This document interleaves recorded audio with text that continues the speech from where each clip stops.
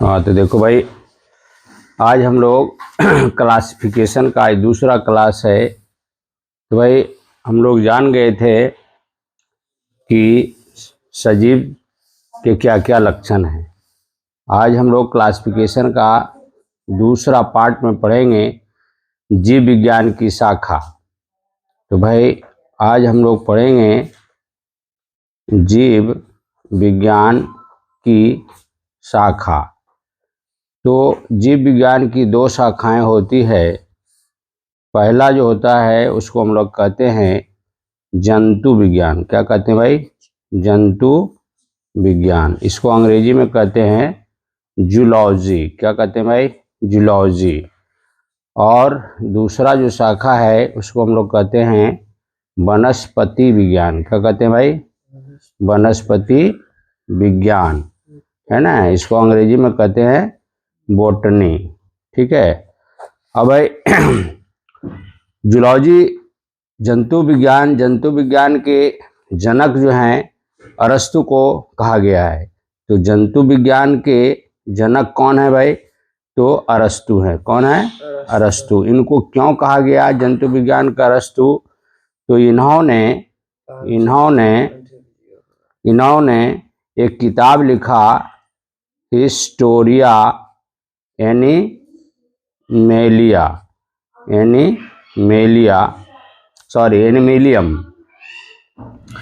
जंतु विज्ञान का जनक अरस्तु को क्यों कहा गया?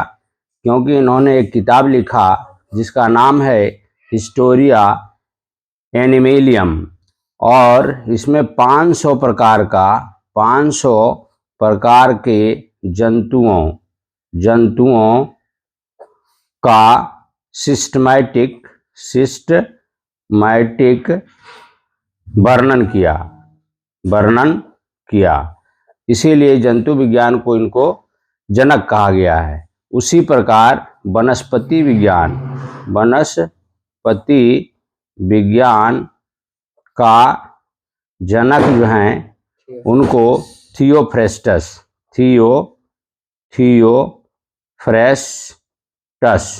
ये थियोफ्रेस्टस जो है वो वनस्पति विज्ञान के जनक कहे जाते हैं। तो इनको क्यों कहे जाते हैं? तो इन्होंने भी एक किताब लिखा जिसका नाम है हिस्टोरिया प्लेटेरम। ये एक किताब लिखा इन्होंने। इसमें भी इन्होंने क्या किया? 500 प्रकार के पौधों का एक सिस्टमैटिक वर्णन किया। तो इसीलिए इनको क्या कहा जाता है? वनस्पति विज्ञान का जनक कहा जाता है। अब भाई चलेंगे क्लासिफिकेशन। चूंकि हम लोग क्लासिफिकेशन पढ़ रहे हैं तो हम जानेंगे कि जीव कैसे बनता है। तो पहले जीव की सबसे छोटी इकाई क्या है भाई? तो सेल है। सेल को सबसे छोटी इकाई कहा जाता है। बहुत से एक ही प्रकार के सब सेल जब आपस में मिलते हैं तो टिश्यू बनाते हैं। क्या बनाते हैं भाई? टिश्यू। तो सेल का परिभाषा क्या होगा भाई? तो शरीर की सबसे छोटी कार्यात्मक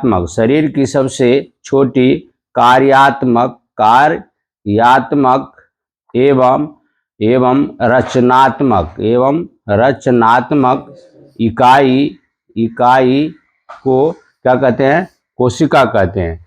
बहुत सारे कोशिका, एक ही तरह के कोशिका आपस में मिलकर क्या बनाते हैं? उत्तक बनाते हैं। क्या बनाते हैं?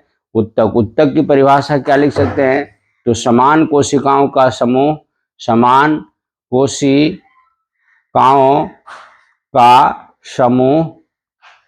जो समान काम करता है, जो समान कार्य करता है, उसे क्या कहते हैं भाई? तो उसे उत्तक कहते हैं। क्या कहते हैं? उसे उत्तक या टिश्यू बोला जाता है ना। समझ में आ रहा है? अब बहुत सारे टिश्यू, एक ही प्रकार के टिश्यू जब मिलते हैं तो अंग बना देते हैं। ठीक है। क्या बना देते हैं? ऑर्गन बना देते हैं। ऑर्गन क्या होता है भाई? जैसे हाथ हमारा ऑर्गन है, नाक हमारा ऑर्गन है, पैर हमारा ऑर्गन है, ब्रेन हमारा ऑर्गन है। तो ये एक प्रकार का अंग है जो खास काम करते हैं। तो बहुत सा टिश्यू आपस में मिल करके क्या बना दिया, अंग बना दिया। अब अंग जो है, बहुत सारा अंग आपस में मिलेंगे तो क्या बना देंगे, तो अंग तंत्र बना देंगे। क्या बना देंगे, तो अंग तंत्र बना देंगे। तो ऑर्गन सिस्टम इसको कहते हैं, ऑर्गन सिस्टम। ठीक है भाई, ऑर्गन सिस्टम।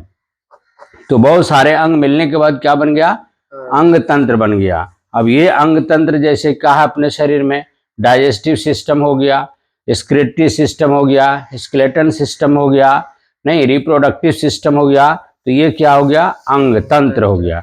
तो बहुत सारे अंग आपस में जब मिले तो ये क्या बना दिया, अंग तंत्र बना दिया। अब बहुत सारे अंग तंत्र आपस में मिलेंगे तो बना देंगे जीव, बना देंगे। क्या बना देंगे, जीव, ऑर्गेनिज्म जिसको कहते हैं, ऑर्गेनिज्म। ठीक है भाई। तो अब हम लोग ये जान गए कि हमारा जीव कैसे बना। अब हम लोग जानेंगे कि ये जीव जो है, सभी जीव, बहुत प्रकार के जीव हैं, असंख्य जीव है, कहने का मतलब 84 लाख योनि है। तो इसको सिस्टमैटिक अध्ययन करने के लिए क्या चाहिए, तो भाई एक क्लासिफिकेशन की जरूरत पड़ा, जिसको हम लोग कहते हैं टेक्सोनॉमी। क्या कहते हैं भाई, टेक्सोनॉमी। टेक्सोनॉमी क्या हुआ, taxonomy is the branch of biology in which we study about classification is known as taxonomy. कहने का मतलब है कि इस टेक्सोनॉमी के लिए, जीवधारियों का वर्गीकरण करने के लिए कैरोलस लीनियस, कैरोलस लीनियस, क्या भाई, कैरोलस लीनियस नामक एक वैज्ञानिक आया और इन्होंने क्लासिफिकेशन का एक आधार रखा। क्या रखा, एक क्लासिफिकेशन का एक आधार दिया, जिसमें 3 स्टेप, इनका आधार जो था वो 3 स्टेप का था। क्या था, 3 स्टेप का। इसीलिए इसको फादर ऑफ टेक्सोनॉमी भी कहा जाता है। कैरोलस लीनियस क्या है, फादर ऑफ टेक्सोनॉमी। क्यों भाई, तो ये जीवधारियों का वर्गीकरण का एक आधार दिया, जिसको हम 3 स्टेप के नाम से जानते हैं। तो ये 3 स्टेप क्या है भाई, तो पहला है आइडेंटिफिकेशन। क्या है भाई, आइडेंटिफिकेशन, आइडेंटिफिकेशन। आइडेंटिफिकेशन मतलब पहचान। क्या करेंगे, पहचान। पहले जीवों का हम लोग पहचान करेंगे कि ये कौन जीव है। दूसरा है क्या भाई, क्लासिफिकेशन। दूसरा है क्लासिफिकेशन। क्लासिफिकेशन का मतलब वर्गीकरण। ये जीव कहाँ रहता है, पानी में रहता है कि थल पर रहता है कि वायु में रहता है, तो इसकी क्या करेंगे, वर्गीकरण करेंगे।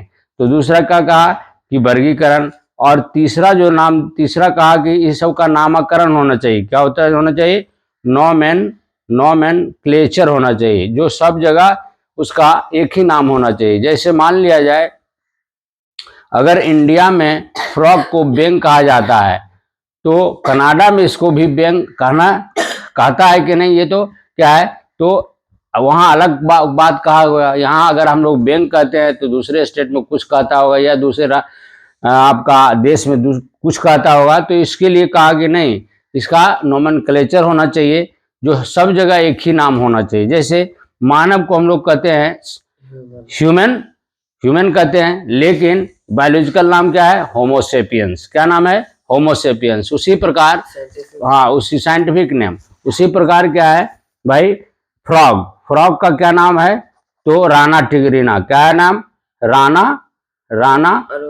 टिग्रीना है ना। तो इस प्रकार का इन्होंने कहा कि नोमेनक्लेचर होना चाहिए, नामकरण होना चाहिए। तो भाई अब हम लोग जान गए, क्या भाई जान गए, तो टेक्सोनॉमी का फादर कौन कहा है, क्या कौन किसको कहते हैं, तो टेक्सोनॉमी का फादर हो गया कैरोलस लीनियस। ठीक है भाई। अब इन्होंने, कैरोलस लीनियस ने ये क्लासिफिकेशन के लिए कैरोलस लीनियस ने ये दो जगत में बांट दिया। क्लासिफिकेशन के लिए क्या किया, जीवों को क्या किया, 2 जगत में बांटा। पहला को कहा इन्होंने क्या कहा भाई, पहला को कहा प्लांट किंगडम। क्या कहा, प्लांट किंगडम, एनिमल, हाँ, किंगडम। ठीक है। और दूसरे को कहा एनिमल किंगडम, एनिमल किंगडम। चलिए, तो इसीलिए इसको क्या कहते हैं, इसको कहा जाता है दो जगत। क्या कहा जाता है? दो जगत। तो कैरोलन लिनेस ने क्या किया, ये जीवों के दो जगत में बांट दिया। पहला को कहा प्लांट किंगडम, प्लांट पौधे, ये पादप जगत। दूसरे को कहा एनिमल किंगडम, जिसको कहते हैं हम लोग जंतु जगत। ठीक है, जंतु जगत। अब भाई इसके बाद ये तो कैरोलन लिनेस इतना कहने के बाद दो जगत में बांट दिया। उसके बाद आर.एच. व्हिटकर नामक, सॉरी, इसके पहले अर्नेस्ट हैक्ले, एक वैज्ञानिक आए, अर्नेस्ट हैक्ले, हैकल, अर्नेस्ट हैकल नामक एक वैज्ञानिक आया, कहा कि नहीं नहीं, कुछ ऐसा जीव है जो इस दोनों के अलावे है। क्या है उसका, क्या है कैरेक्टर, कुछ अलग था। तो इन्होंने कहा कि, इन्होंने क्या कह दिया, इन्होंने इस जीवों को क्या किया, कहा तीन जगत में होगा। क्या होगा? तीन जगत में। प्लांट किंगडम तो होगा ही, प्लांट किंगडम, ठीक है, प्लांट किंगडम। और दूसरा एनिमल किंगडम भी होगा ही, एनिमल किंगडम ये भी होगा। और एक तीसरा प्रकार का इन्होंने बताया, ये प्रोटिस्टा किंगडम। ठीक है, प्रोटिस्टा किंगडम। तो कहा कि प्रोटिस्टा किंगडम जो होगा उसमें कुछ ऐसे जीव हैं जो यूनिसेलुलर हैं, जैसे अमीबा हो गया, पैरामीशियम हो गया। तो ये सब जीव जो है प्रोटिस्टा वर्ग में रहेगा। लेकिन कुछ ऐसे जीव भी और देखने को मिला जो प्रोटिस्टा के अलावे था। क्या था? प्रोटिस्टा के अलावे था। तो उसके बाद एक आर.एच. व्हिटकर नामक एक वैज्ञानिक आए। क्या है? आर.एच. व्हिटकर,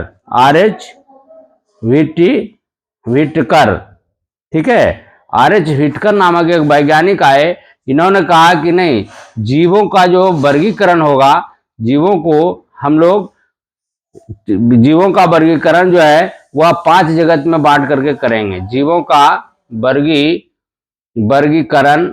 वर्गीकरण के लिए इन्होंने क्या क्या कहा कि जीवों का वर्गीकरण को हम लोग 5 जगत में बांटेंगे तभी संभव है। ठीक है, तभी संभव है। और अर्नेस्ट हैकल ने 3 जगत को, इसीलिए इसको कहा जाता है, अर्नेस्ट हैकल का जो क्लासिफिकेशन है वो 3 जगत कहलाता है। क्या कहलाता है? 3 जगत। परंतु आर.एच. व्हिटकर नामक जो वैज्ञानिक आए, उन्होंने जीवों का वर्गीकरण के लिए क्या कहा कि नहीं, ये 5 जगत होगा। क्या होगा? ये 5 जगत होगा। और ये पांचों जगत का नाम इन्होंने कहा, पहला तो प्लांट होगा ही, पहला प्लांट होगा, दूसरा एनिमल होगा, दूसरा क्या होगा? एनिमल होगा। और तीसरा प्रोटिस्टा होगा। और चौथा इन्होंने कहा कि मोनेरा होगा। क्या कहा? मोनेरा। ठीक है, मोनेरा।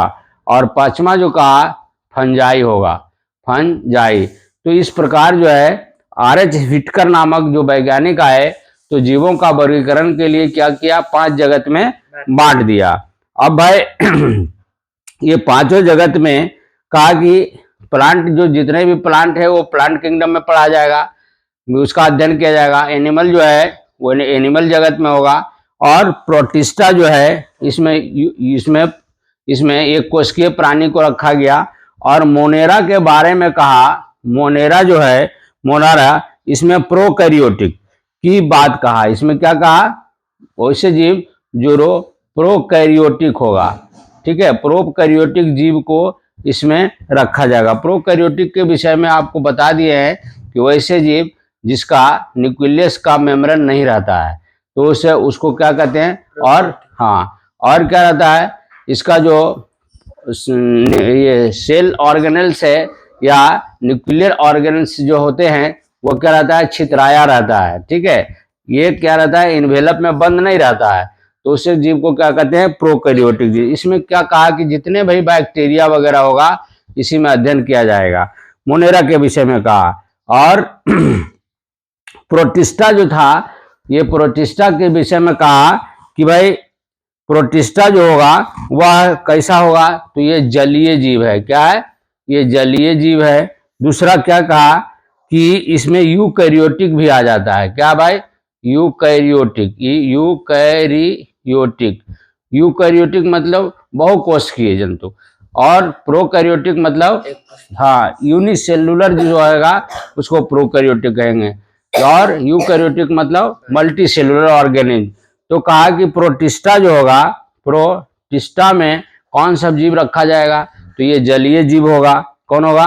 तो जलीय जीव होगा, यूकैरियोटिक जीव होगा, और खास करके एक कोशिकीय भी होगा, एक कोशिकीय भी इसमें रखा जाएगा।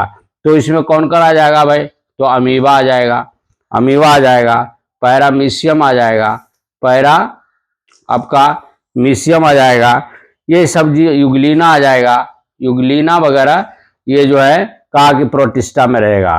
ठीक है। अब भाई ये उसके बाद आपका मोनेरा में बैक्टीरिया वगैरह रखा गया, और फंजाई में कहा गया कि फंजाई में कौन सा रहेगा? तो ये फंजाई का जो रहेगा, जो सड़े गले कार्बनिक पदार्थ पर जो निर्भर करता है, वैसे विषमपोषी जंतु रहेगा। इसमें क्या कहा भाई? तो अच्छा, आपका पादप जगत के लिए क्या कहा भाई? पादप में क्या रहेगा? पादप में बहुकोशिकीय। पादप में कौन कौन आ जाएगा? तो आपका आ जाएगा बहुकोशिकीय। क्या आ जाएगा? बहुकोशिकीय हो जाएगा, जो प्रकाश संश्लेषी भी हो जाएगा, जो प्रकाश संश्लेषण के द्वारा क्या करता है? प्रकाश संश्लेषण के द्वारा भोजन बनाता है। और इसमें पुष्पी पौधा भी आ जाएगा, और अपुष्पी भी आ जाएगा, अपुष्पी भी आ जाएगा, और बीजीय पौधा जिसमें बीज पाया जाता है। ये सभी पौधे का जो इसमें अध्ययन किया जाएगा उसको हम लोग पादप जगत कहते हैं। अब जंतु जगत क्या है भाई? तो आप जंतु जगत देख लीजिए। जंतु जगत में किसमें कहा गया? तो जंतु जगत में सर्वव्यापी, जो सब जगह पाया जाता है, इसमें सब आ जाएगा। सर्वव्यापी होना चाहिए, और क्या होना चाहिए? यूकैरियोटिक होना चाहिए। यूकैरियोटिक मतलब बहुकोशिकीय जंतु रहेगा, या यूकैरियोटिक के विषय में बताया जिसका सेल के मेम्ब्रेन रहता है, और सेल ऑर्गेनेल्स क्या रहता है? इन्वेलप में बंद रहता है, तो यूकैरियोटिक हो जाएगा। और इसका कैसा रहेगा? बहुकोशिकीय प्राणी भी आ जाएगा। इसमें क्या आ जाएगा? बहुकोशिकीय आ जाएगा। ठीक है। जैसे आपका इसमें आ जाएगा कौन कौन भाई? तो एग्जाम्पल आ गया हाइड्रा हो जाएगा। क्या हो जाएगा? हाइड्रा हो गया, जेलीफिश हो गया, जेलीफिश हो गया, सितारा मछली हो गया, सितारा मछली भी हो गया, सरीसृप हो गया, जो रेंग कर चलता है, सरीसृप हो गया, सरीसृप हो गया। उसके बाद क्या हो गया? पक्षी भी आ जाएगा, और स्तनधारी भी आ जाएगा, जिसके शरीर में दूध पिलाने का स्तन रहता है, तो इसको कहेंगे स्तनधारी। ठीक है। ये सभी आ जाएगा किसमें भाई? तो जंतु जगत में। अब पांचवा जो आपका आया वह कहा कि नहीं फंजाई में भी कौन सब रहेगा? तो फंजाई में कहा कि फंजाई में कौन कौन रहेगा? तो इस ऐसे फंजाई में रखा गया जो विषम पोषी होते हैं। क्या होता है? विषम पोषी होता है, मतलब अपना भोजन खुद ना बना करके दूसरे पर क्या होता है? निर्भर करता है। और कैसा रहता है? तो भाई सड़े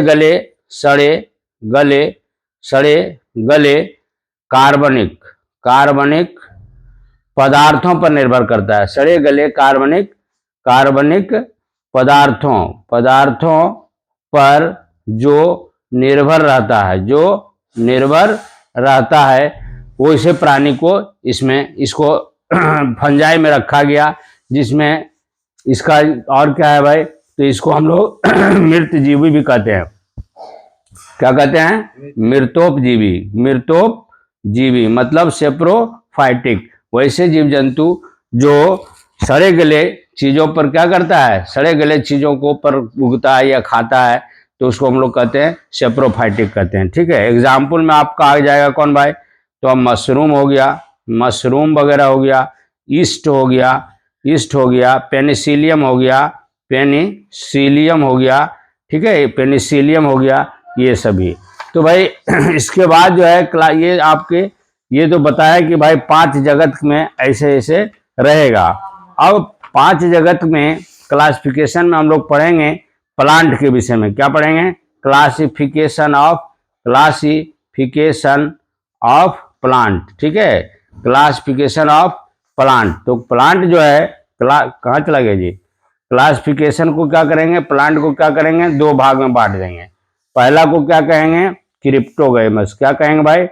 क्रिप्टोगैमस, क्रिप्टोगैमी इसको कहेंगे। क्रिप्टोगैमी मतलब अपुष्पी पौधा, अपुष्पी पौधा। और दूसरा होता है फेनिरोगैमस, फेनिरोगैमी। ठीक है भाई, फेनिरोगैमी मतलब पुष्पी पौधा। क्या पर? पुष्पी पौधा। तो हम लोग आज शुरू किया क्या भाई? प्लांट किंगडम के विषय में हम लोग क्लासिफिकेशन करेंगे। तो प्लांट को सबसे पहले प्लांट को क्या किया गया? दो भाग में बांट दिया गया। वैसे पौधे जिसमें पुष्प नहीं लगते हैं उसको क्रिप्टोगैमस कहते हैं, और वैसे पौधे जिसमें पुष्प उगते हैं, पुष्प लगते हैं, उसको क्या कहते हैं भाई? तो पुष्पी पौधा कहते हैं। अब भाई एक एक करके हम लोग क्या करेंगे? अध्ययन करेंगे। क्रिप्टोगैमी जो है, अब क्रिप्टोगैमी को क्या किया है? क्रिप्टोगैमी को हम लोग पढ़ेंगे अलग और फेनिरोगैमी को पढ़ेंगे अलग। तो भाई चलिए क्रिप्टोगैमी के विषय में पढ़ेंगे। क्रिप्टोगैमी, ठीक है, क्रिप्टोगैमी को क्या करेंगे? क्रिप्टोगैमी को कहा कि नहीं, इसको क्या करेंगे? फाइलम में बांटेंगे। तो इसके लिए क्या किया? 3 फाइलम में इसको बांटा गया। पहला को कहते हैं थाइलोफाइटा,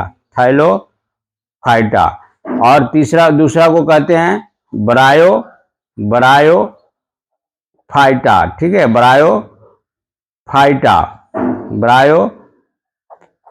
ठीक है, ब्रायोफाइटा। और तीसरा को कहते हैं टेरिडोफाइटा, टेरिडोफाइटा। ठीक है, ये आपको किसको भाई? तो क्रिप्टोगैमी जो पौधे जिसमें पुष्प नहीं लगते हैं, उसको हम लोग कहते हैं क्रिप्टोगैमी। तो क्रिप्टोगैमी पौधे को क्या किया भाई कि इसको 3 फाइलम में बांटा गया। कितना बार में? 3 फाइलम में बांटा। तो थाइलोफाइटा, ब्रायोफाइटा और टेरिडोफाइटा। ठीक है, अब चलिए भाई क्रिप्टोगैमी को हम लोग देख लिया कि 3 को में बांटा।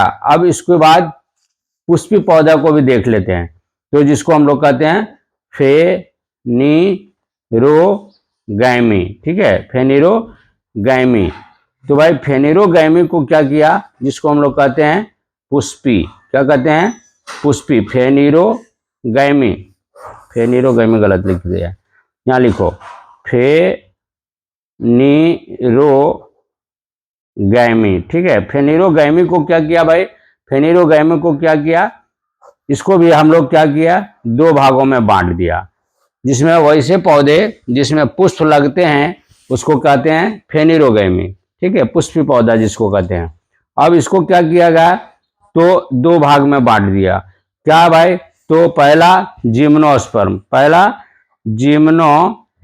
जिम्नोस्पर्म। ठीक है भाई, पहला जिम्नोस्पर्म जिसको नग्न बीजी कहते हैं। मतलब वैसा बीज जिस पर आवरण नहीं रहता है, बाहरी आवरण नहीं रहता है, उसको क्या कहते हैं? नग्न बीजी। और दूसरा है भाई एंजियोस्पर्म। क्या कहेंगे? एंजियोस्पर्म। ठीक है, एंजियोस्पर्म जिसमें आवृत बीजी। इसमें क्या कर रहे हैं?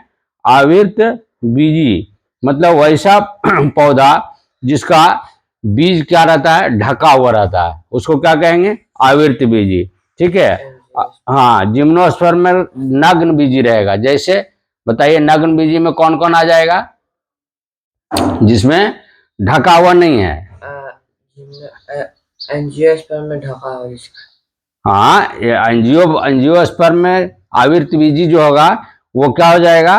ढका हुआ रहता है। उसका क्या रहता है? आवरण में रहता है। जैसे सेब वगैरह, सेब क्या है? सेब एंजियोस्पर्म। क्यों भाई? तो वो जीव अंदर में रहता है। क्या रहता है? अंदर में रहता है। उसी प्रकार आपका क्या हो जाएगा? आम वगैरह क्या हो जाएगा? एंजियोस्पर्म हो जाएगा। लेकिन जिम्नोस्पर्म बताइए, जिम्नोस्पर्म जिसका ढका हुआ नहीं रहता है, बताइए हैं? इसमें क्या है? बताइए, जिसमें ढका हुआ नहीं है, वैसा बीज जो बताओ जिसमें ढका हुआ नहीं पाया जाता है। बताइए आप लोग। चना। हाँ हाँ, क्या हो जाएगा? चना। चना हो जाएगा, मसूर हो जाएगा, मूंग। मूंग हो जाएगा। ये सब क्या है? ये क्या रहता है? ढका हुआ नहीं रहता है। ठीक है, तो चलिए अब जो है, अब जो है ये एंजियोस्पर्म को क्या करेंगे? एंजियोस्पर्म जो होता है, एंजियोस्पर्म भी दो भाग में बढ़ जाता है। क्या दो भाग में बांट दिया गया? कौन कौन भाई? तो मोनोकॉट, मोनोकॉट, और दूसरा बांट दिया कहा गया डाइकॉट, डाइकॉट। मोनोकॉट क्या कहलाता है? एक बीज, एक बीज पत्री, एक बीज पत्री, एक बीज पत्री। दूसरा होता है डाइकॉट का मतलब द्विबीज, द्विबीज पत्री। ठीक है, द्विबीज पत्री मतलब वैसा वैसा बीज जिसमें एक दाल हो, मतलब एक पत्र होता है, मतलब सिंगल। सिंगल रहता है। जैसे आप ले लो, जैसे किसको ले लोगे भाई?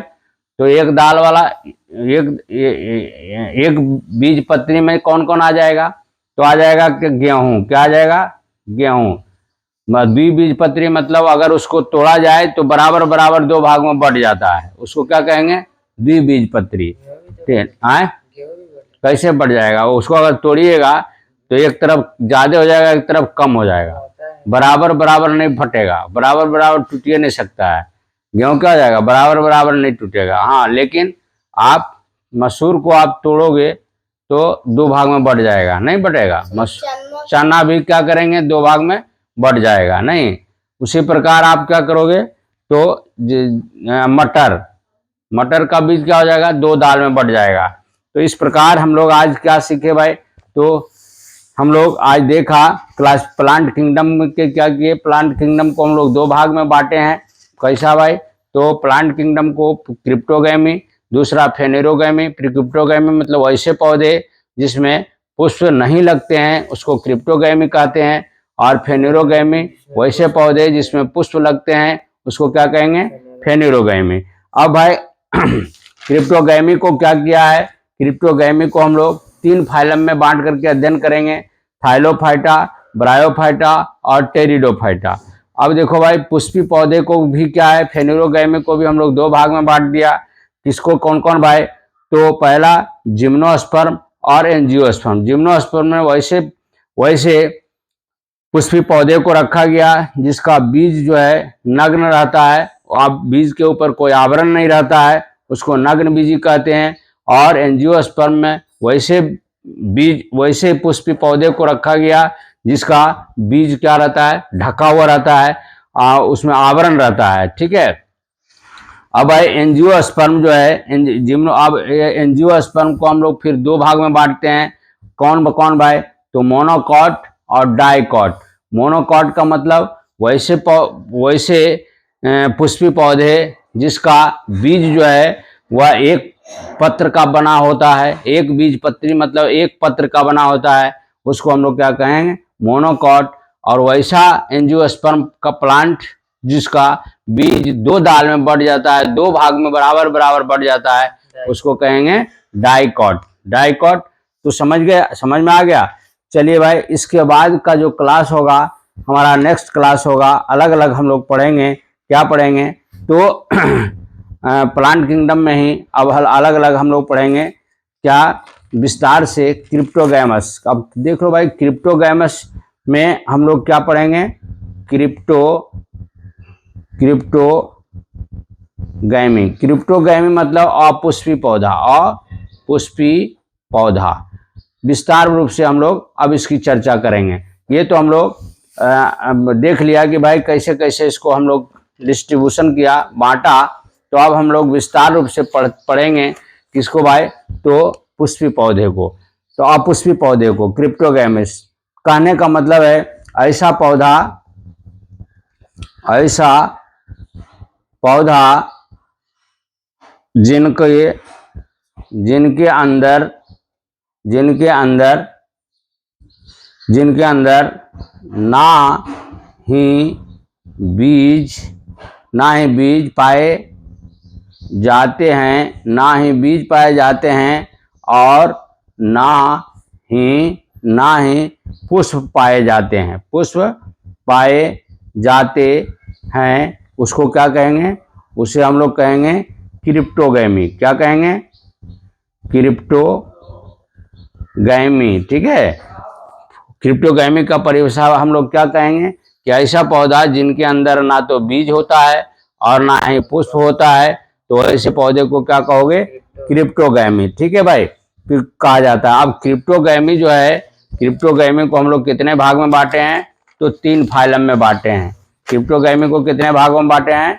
तो भाई 3 क्रिप्टोगैमी को पहला बांटे हैं थाइलोफाइटा, थाइलोफाइटा।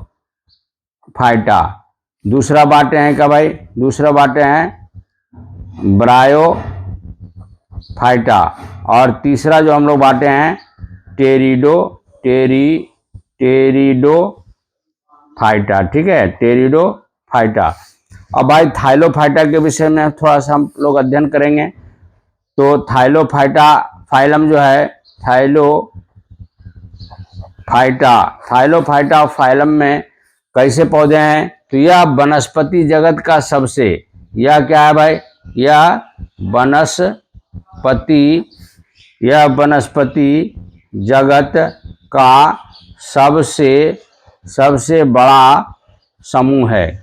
यह वनस्पति जगत का क्या है भाई? सबसे बड़ा समूह है। इस समूह के पौधे में जड़, तना एवं पत्ती। इस समूह के पौधे में जड़, तना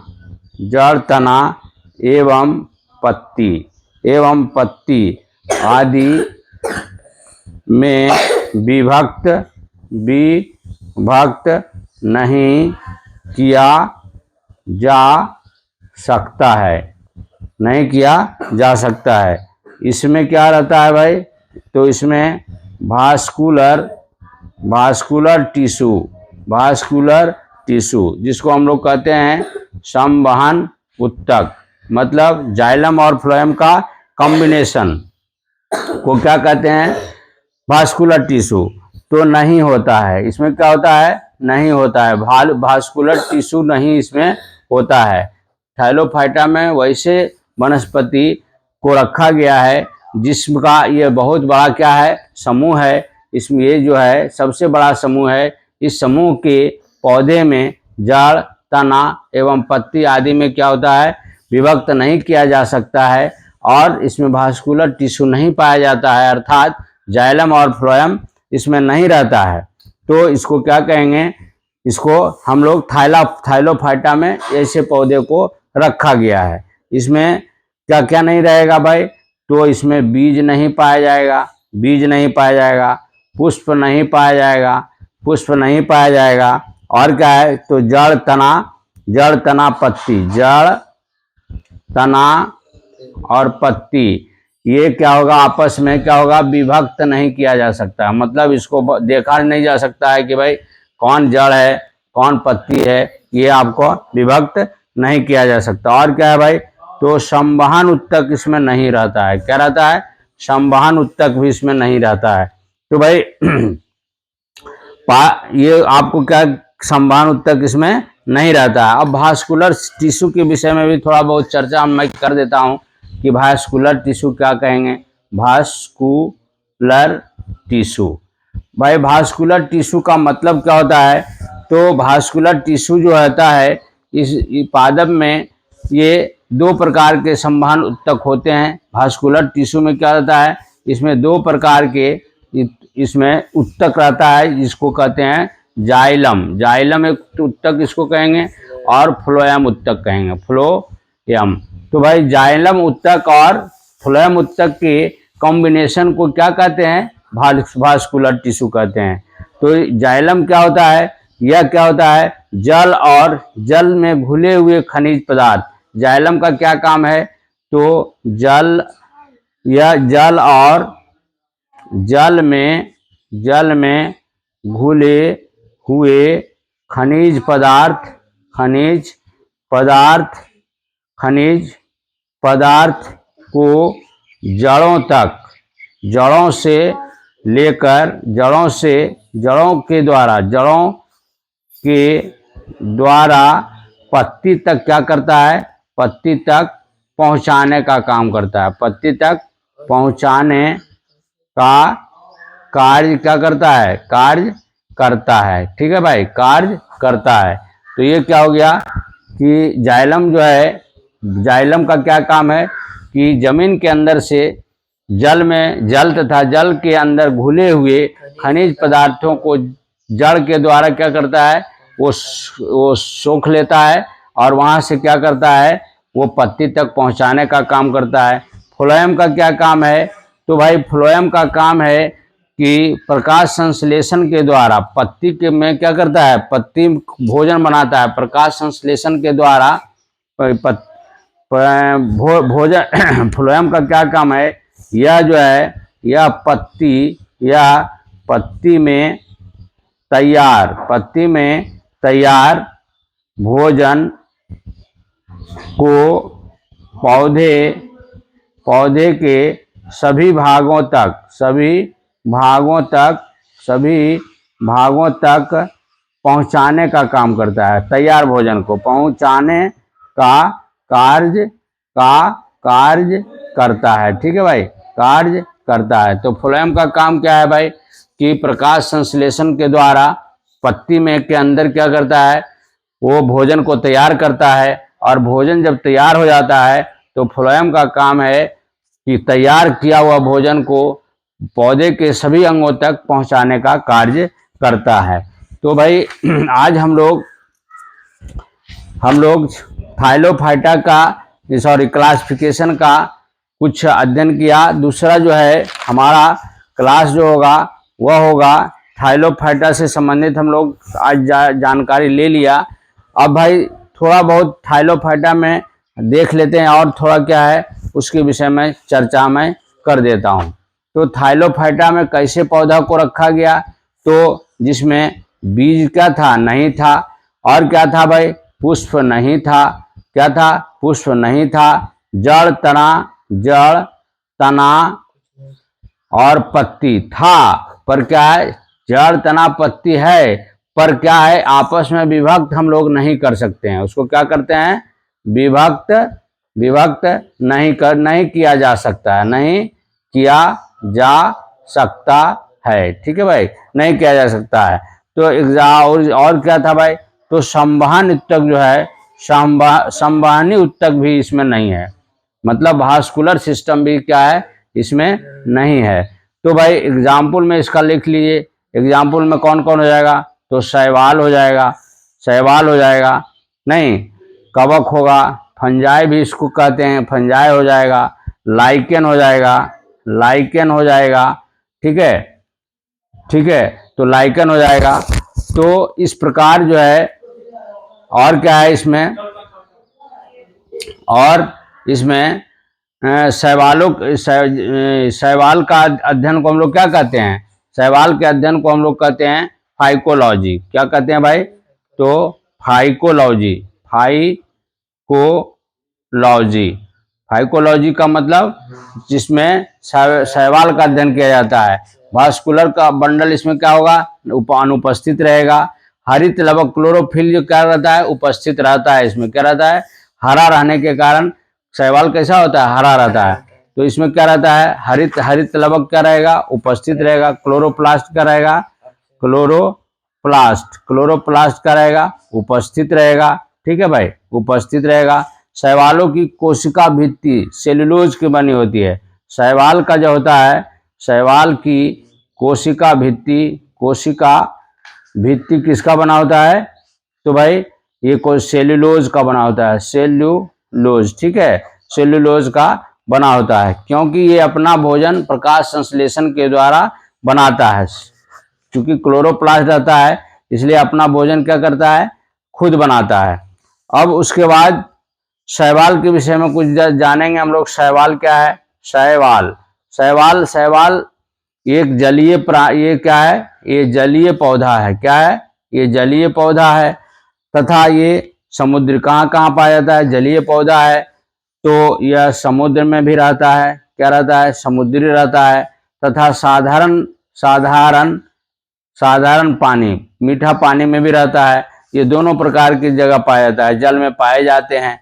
और ये क्या रहता है भाई? तो यह जो रहता है ये देखा आलसी भालू पर भी पाया जाता है। स्लॉथ बियर ये कहाँ कहाँ पाया जाएगा?